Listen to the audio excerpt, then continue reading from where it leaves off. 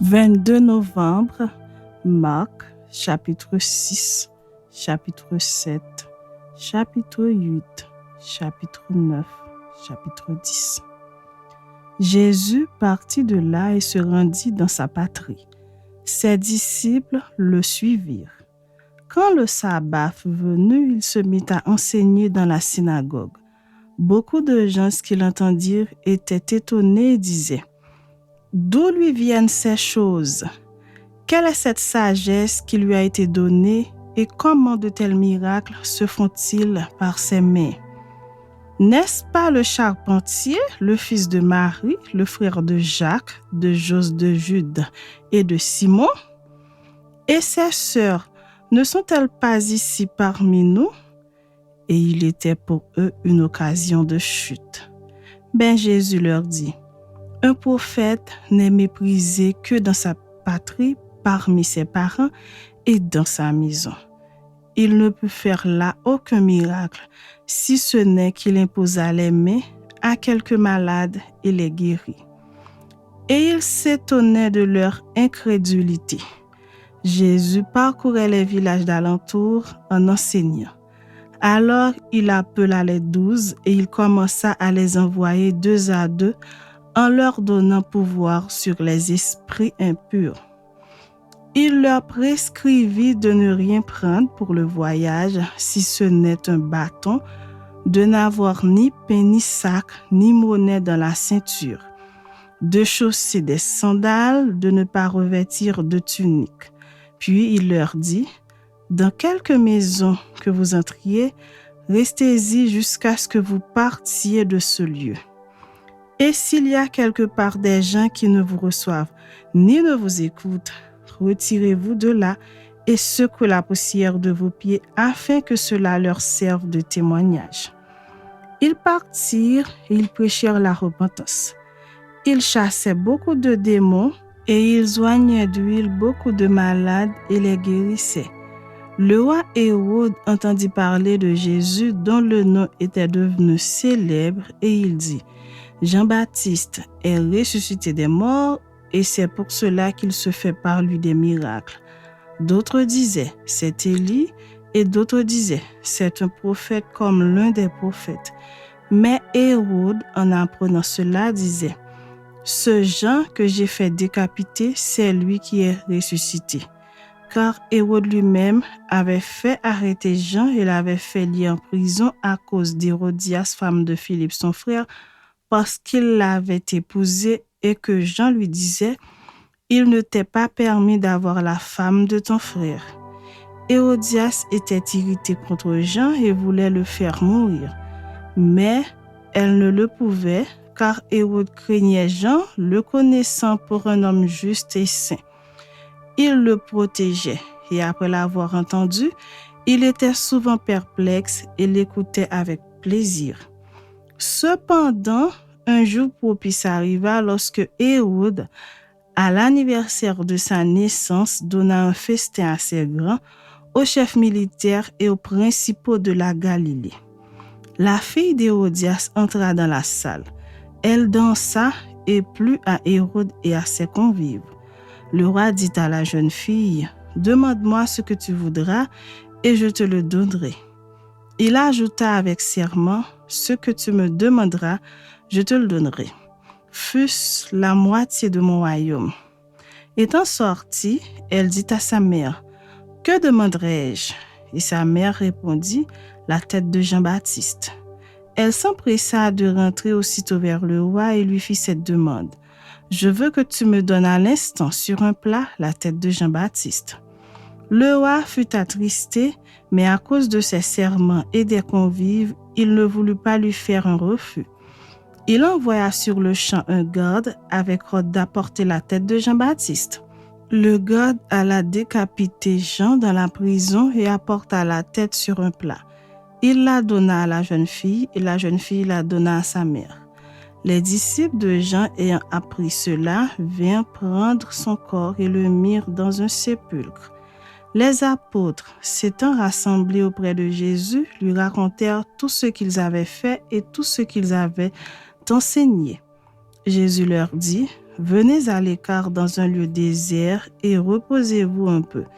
Car il y avait beaucoup d'allants et de venants et ils n'avaient même pas le temps de manger. Ils partirent donc dans une barque pour aller à l'écart dans un lieu désert. Beaucoup de gens les virent s'en aller et les reconnurent. De toutes les villes, on accourut à pied et on les devança au lieu où ils se rendaient. Quand il sortit de la barque, Jésus vit une grande foule et fut ému de compassion pour eux parce qu'ils étaient comme des brebis qui n'ont point de berger. Et il se mit à leur enseigner beaucoup de choses. Comme l'heure était déjà avancée, ses disciples s'approchèrent de lui et dirent : « Ce lieu est désert et l'heure est déjà avancée. Renvoie-les afin qu'ils aillent dans les campagnes et dans les villages des environs pour s'acheter de quoi manger. » Jésus leur répondit : « Donnez-leur vous-même à manger. » Mais ils lui dirent : « Irons-nous acheter des pains pour 200 deniers et leur donnerions-nous à manger ? » Et il leur dit : « Combien avez-vous de pain ? Allez voir. » Ils s'en assurèrent et répondirent : « 5 et 2 poissons. » Alors il leur commanda de les faire tous s'asseoir par groupe sur l'herbe verte, et ils s'assirent par rangées de 100 et de 50. Il prit les 5 pains et les 2 poissons, et levant les yeux vers le ciel, il rendit grâce. Puis il rompit les pains et les donna aux disciples, afin qu'ils les distribuassent à la foule. Il partagea aussi les 2 poissons entre tous. Tous mangèrent et furent rassasiés, et l'on emporta 12 paniers pleins de morceaux de pain et de ce qui restait des poissons. Ceux qui avaient mangé les pains étaient 5000 hommes. Aussitôt après, il obligea ses disciples à monter dans la barque et à passer avant lui de l'autre côté vers Bethsaïda pendant que lui-même renverrait la foule. Quand il l'eut renvoyé, il s'en alla sur la montagne pour prier. Le soir étant venu, la barque était au milieu de la mer et Jésus était seul à terre. Il vit qu'ils avaient beaucoup de peine à ramer, car le vent leur était contraire. À la 4e veille de la nuit environ, il alla vers eux, marchant sur la mer, et il voulait les dépasser. Quand ils le virent marcher sur la mer, ils crurent que c'était un fantôme et ils poussèrent des cris, car ils le voyaient tous et ils étaient troublés. Aussitôt Jésus leur parla et leur dit : « Rassurez-vous, c'est moi, n'ayez pas peur. » Puis il monta vers eux dans la barque et le vent cessa. Ils furent en eux-mêmes tous stupéfaits et remplis d'étonnement, car ils n'avaient pas compris le miracle des pains parce que leur cœur était endurci. Après avoir traversé la mer, ils vinrent dans le pays de Génézareth et ils abordèrent. Quand ils furent sortis de la barque, les gens, ayant aussitôt reconnu Jésus, parcoururent tous les environs et l'on se mit à apporter les malades sur des lits partout où l'on apprenait qu'il était. En quelques lieux qu'il arriva, dans les villages, dans les villes ou dans les campagnes, on mettait les malades sur les places publiques et on le priait de leur permettre seulement de toucher le bord de son vêtement, et tous ceux qui le touchaient étaient guéris. Chapitre 7. Les pharisiens et quelques scribes venus de Jérusalem s'assemblèrent auprès de Jésus. Ils virent quelques-uns de ses disciples prendre leur repas avec des mains impures, c'est-à-dire non lavées. Or, les pharisiens et tous les juifs ne mangent pas sans s'être lavés soigneusement les mains, conformément à la tradition des anciens. Et quand ils reviennent de la place publique, ils ne mangent qu'après s'être purifiés.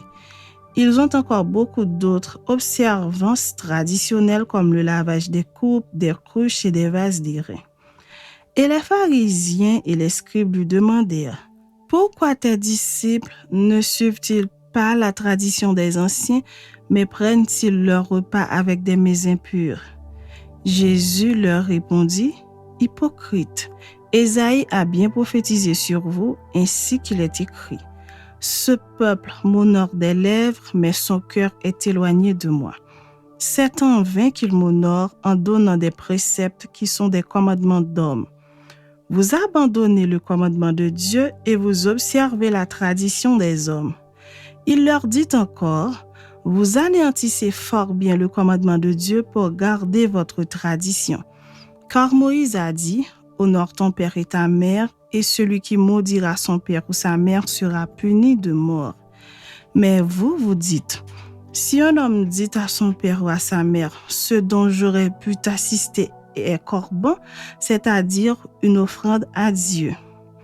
Vous ne le laissez plus rien faire pour son père ou pour sa mère, annulant ainsi la parole de Dieu par votre tradition que vous avez établie. Et vous faites beaucoup d'autres choses semblables.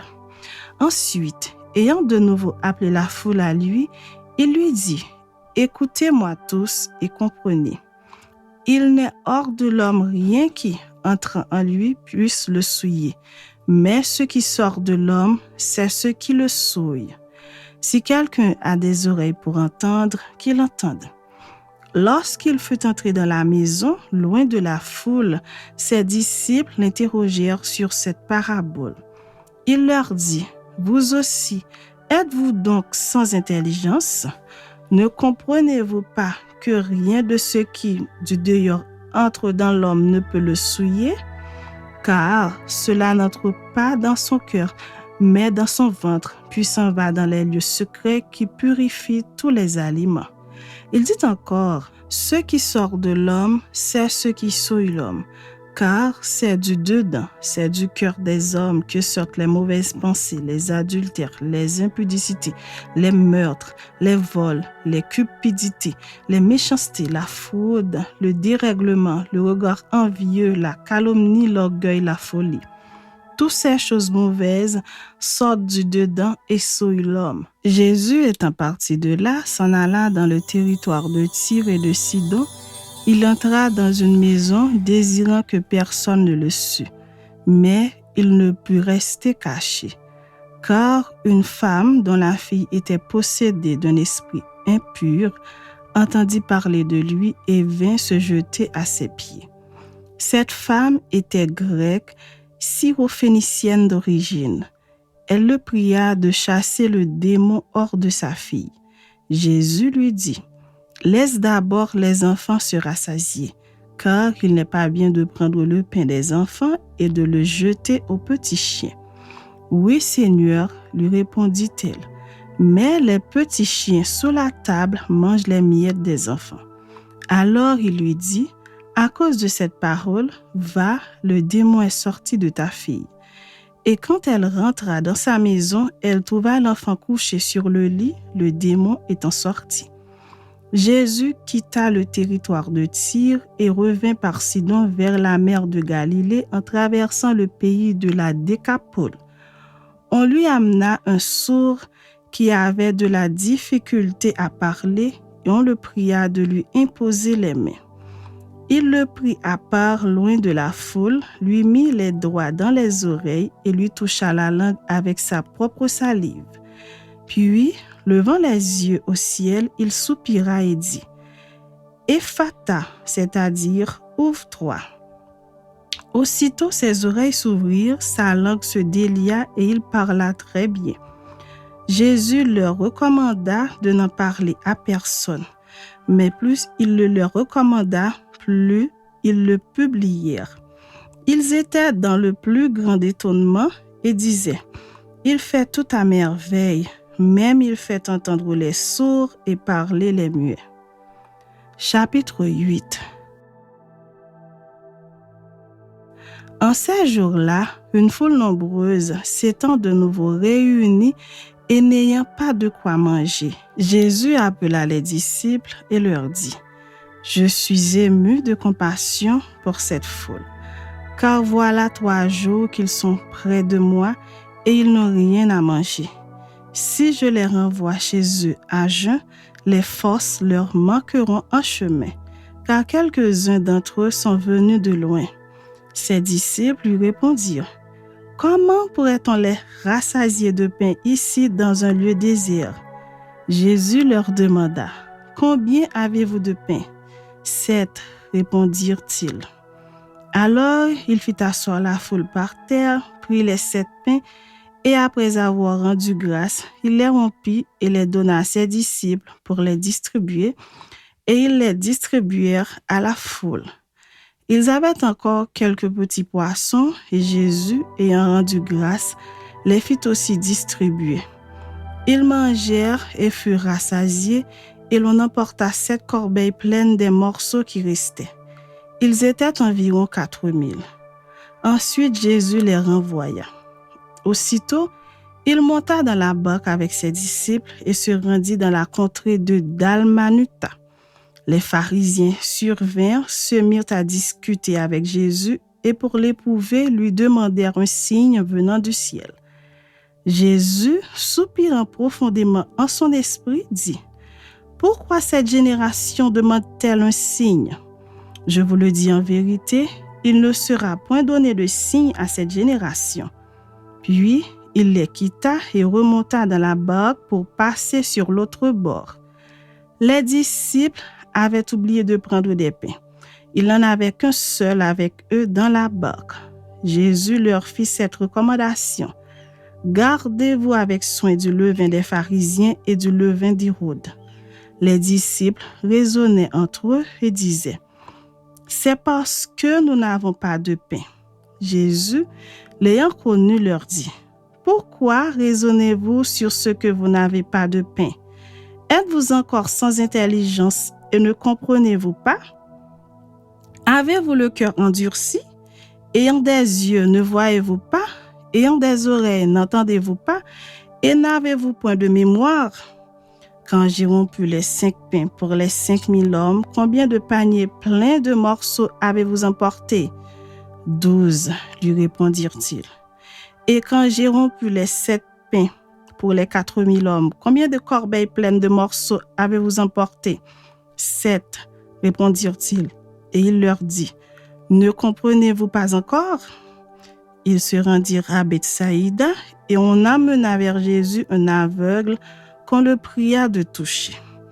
Il prit l'aveugle par la main et le conduisit hors du village. Puis, il lui mit de la salive sur les yeux, lui imposa les mains et lui demanda s'il voyait quelque chose. Il regarda et dit : J'aperçois les hommes, mais j'en vois comme des arbres et qui marchent. Jésus lui mit de nouveau les mains sur les yeux, et quand l'aveugle regarda fixement, il fut guéri et vit tout distinctement.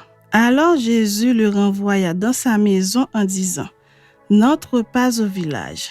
Jésus s'en alla avec ses disciples dans les villages de César et de Philippe et il leur posa en chemin cette question : Que dit-on que je suis? Ils répondirent : Jean-Baptiste. Les autres, Élie, les autres, l'un des prophètes.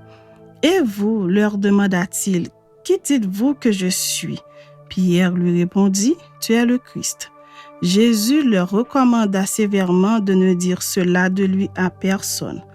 Alors il commença à leur apprendre qu'il fallait que le Fils de l'homme souffrit beaucoup, qu'il fût rejeté par les anciens, par les principaux sacrificateurs et par les scribes, qu'il fut mis à mort et qu'il ressuscita 3 jours après. Il leur disait ces choses ouvertement, et Pierre, l'ayant pris à part, se mit à le reprendre. Mais Jésus, se retournant et regardant ses disciples, réprimanda Pierre et dit : Arrière de moi, Satan, car tu ne conçois pas les choses de Dieu, tu n'as que des pensées humaines. Puis, ayant appelé la foule avec ses disciples, il leur dit : Si quelqu'un veut venir après moi, qu'il renonce à lui-même, qu'il se charge de sa croix et qu'il me suive. Car celui qui voudra sauver sa vie la perdra, mais celui qui perdra sa vie à cause de moi et de la bonne nouvelle la sauvera. Et que sert-il à un homme de gagner tout le monde s'il perd son âme? Que donnerait un homme en échange de son âme? Car quiconque aura honte de moi et de mes paroles au milieu de cette génération adultère et pécheresse, le Fils de l'homme aura aussi honte de lui quand il viendra dans la gloire de son Père avec les saints anges. Chapitre 9. Il leur dit encore, « Je vous le dis en vérité, quelques-uns de ceux qui sont ici ne mourront point, qu'ils n'avaient vu le royaume de Dieu venir avec puissance. » 6 jours après, Jésus prit avec lui Pierre, Jacques et Jean et il les conduisit seuls à l'écart sur une autre montagne. Il fut transfiguré devant eux. Ses vêtements devinrent resplendissants et d'une telle blancheur qu'il n'est pas de foulon sur la terre qui puisse blanchir ainsi. Élie et Moïse leur apparurent s'entretenant avec Jésus. Pierre, prenant la parole, dit à Jésus, « Rabbi, il est bon que nous soyons ici. Dressons 3 tentes, une pour toi, une pour Moïse et une pour Élie. » Car il ne savait que dire, l'effroi les ayant saisis. Une nuée vint les couvrir et de la nuée sortit une voix.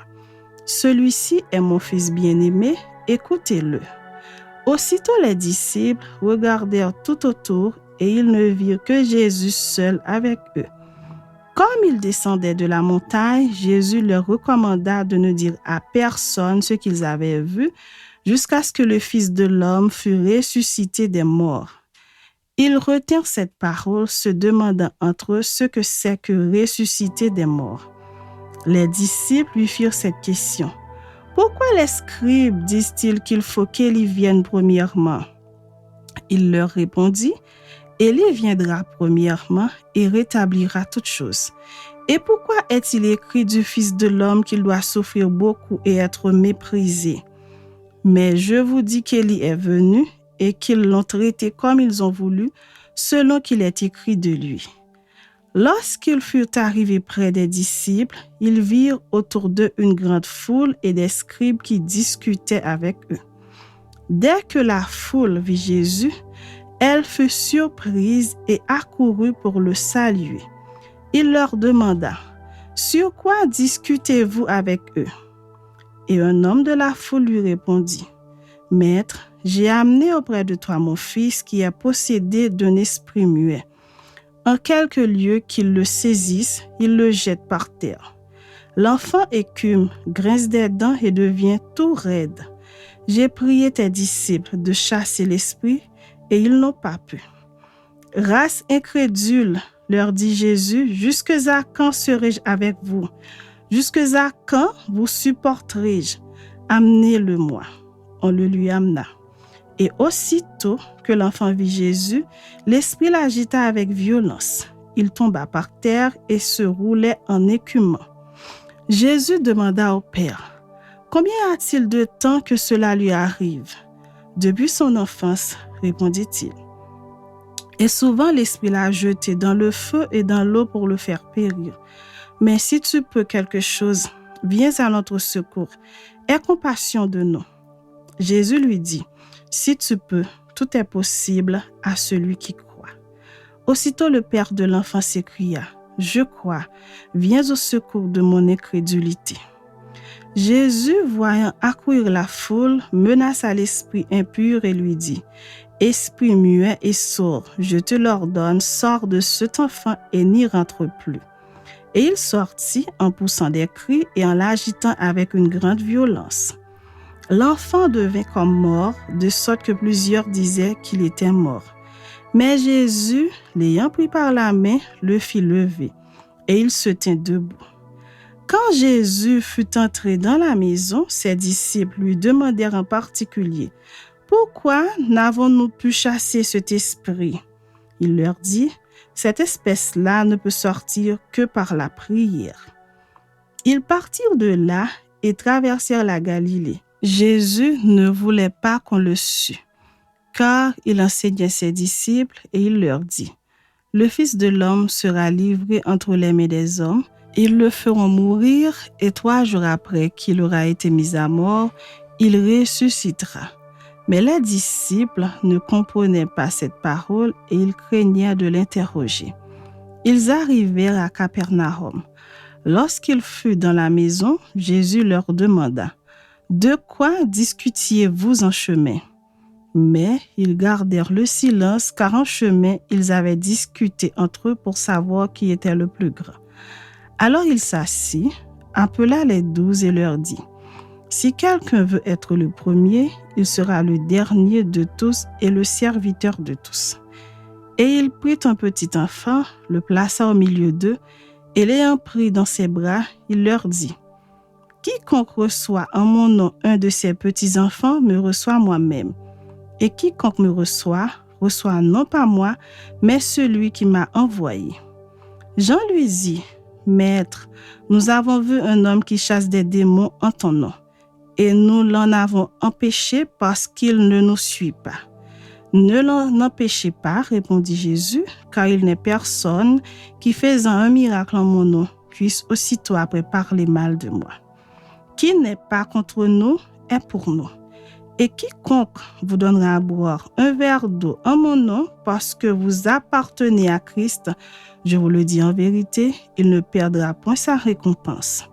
Mais si quelqu'un scandalisait un de ces petits qui croient, il vaudrait mieux pour lui qu'on lui mît au cou une grosse meule de moulin et qu'on le jetât dans la mer. Si ta main est pour toi une occasion de chute, coupe-la. Mieux vaut pour toi entrer manchot dans la vie que d'avoir les deux mains et d'aller dans la géhenne, dans le feu qui ne s'éteint point. Si ton pied est pour toi une occasion de chute, coupe-le. Mieux vaut pour toi entrer boiteux dans la vie que d'avoir les deux pieds et d'être jeté dans la géhenne, dans le feu qui ne s'éteint point. Et si ton œil est pour toi une occasion de chute, arrache-le. Mieux vaut pour toi entrer dans le royaume de Dieu n'ayant qu'un œil que d'avoir deux yeux et d'être jeté dans la géhenne où leur ver ne mord point et où le feu ne s'éteint point. Car tout homme sera salé de feu. Le sel est une bonne chose, mais si le sel devient sans saveur, avec quoi l'assaisonnerez-vous? Ayez du sel en vous-même et soyez en paix les uns avec les autres. Chapitre 10. Jésus, ayant parti de là, se rendit dans le territoire de la Judée au-delà du Jourdain. La foule s'assembla de nouveau près de lui et selon sa coutume, il se mit encore à l'enseigner. Les pharisiens l'abordèrent et pour l'éprouver, ils lui demandèrent s'il est permis à un homme de répudier sa femme. Il leur répondit, « Que vous a prescrit Moïse ?» Moïse, dirent-ils, a permis d'écrire une lettre de divorce et de répudier. Et Jésus leur dit, « C'est à cause de la dureté de votre cœur que Moïse vous a donné ce précepte. Mais au commencement de la création, Dieu fit l'homme et la femme. C'est pourquoi l'homme quittera son père et sa mère et s'attachera à sa femme, et les deux deviendront une seule chair. Ainsi, ils ne sont plus deux, mais ils sont une seule chair. Que l'homme donc ne sépare pas ce que Dieu a joint. » Lorsqu'ils furent dans la maison, les disciples l'interrogèrent encore là-dessus. Il leur dit, « Celui qui répudie sa femme et qui en épouse une autre commet un adultère à son égard. Et si une femme quitte son mari et en épouse un autre, elle commet un adultère. On lui amena des petits-enfants afin qu'il les touchât. Mais les disciples reprirent ceux qui les amenaient.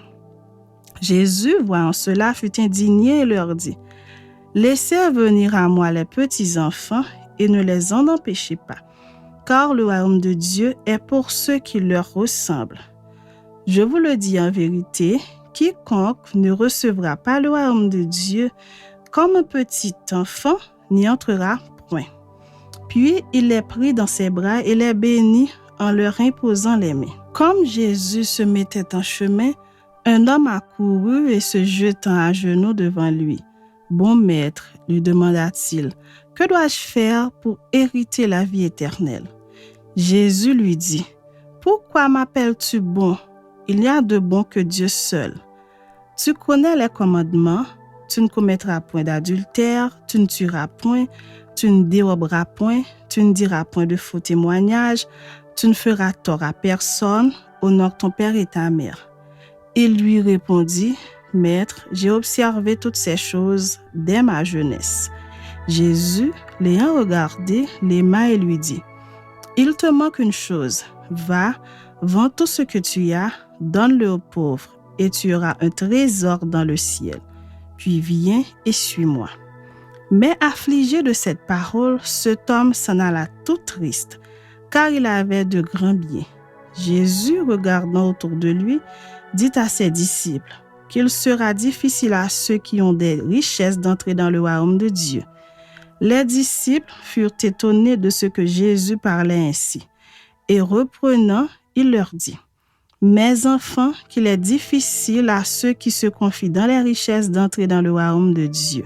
Il est plus facile à un chameau de passer par le trou d'une aiguille qu'à un riche d'entrer dans le royaume de Dieu. » Les disciples furent encore plus étonnés et ils se dirent les uns aux autres: « Et qui peut être sauvé? » Jésus leur regarda et dit: « Cela est impossible aux hommes, mais non à Dieu, car tout est possible à Dieu. » Pierre se mit à lui dire: « Voici, nous avons tous quitté et nous t'avons suivi. » Jésus répondit: « Je vous le dis en vérité, il n'est personne qui, ayant quitté à cause de moi et à cause de la bonne nouvelle, sa maison, ou ses frères, ou ses sœurs, ou sa mère, ou son père, ou ses enfants, ou ses terres, ne reçoivent au centuple, présentement dans ce siècle-ci, des maisons, des frères, des sœurs, des mères, des enfants et des terres, avec des persécutions, et dans le siècle à venir, la vie éternelle. Plusieurs des premiers seront les derniers, et plusieurs des derniers seront les premiers. » Ils étaient en chemin pour monter à Jérusalem, et Jésus allait devant eux. Les disciples étaient troublés et le suivaient avec crainte.